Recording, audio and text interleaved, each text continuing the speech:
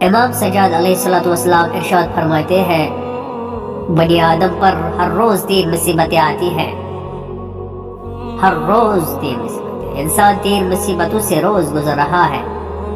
امام فرماتے ہیں ایک سے بھی اگر وہ نصیحت لے تو کامیاب ہو سکتا ہے۔ پہلی مصیبت امام کہتے ہیں اس کی زندگی کا ہر روز ایک دن کم ہو رہا ہے، جبکہ اس کا مال اگر کم ہو تو وہ غمگین ہوتا ہے، لیکن یہاں وہ غمگین نہیں ہو رہا۔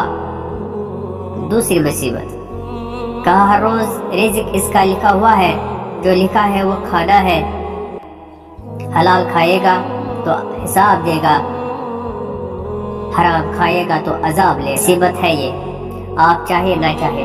تیسری مصیبت امام فرماتے ہیں کہ ہر روز دن سے رات ہوتی نہیں، انسان موت کے قریب جا رہا ہے، منزل کم ہو رہی ہے، مگر موت کی تیاری نہیں ہے اس کی۔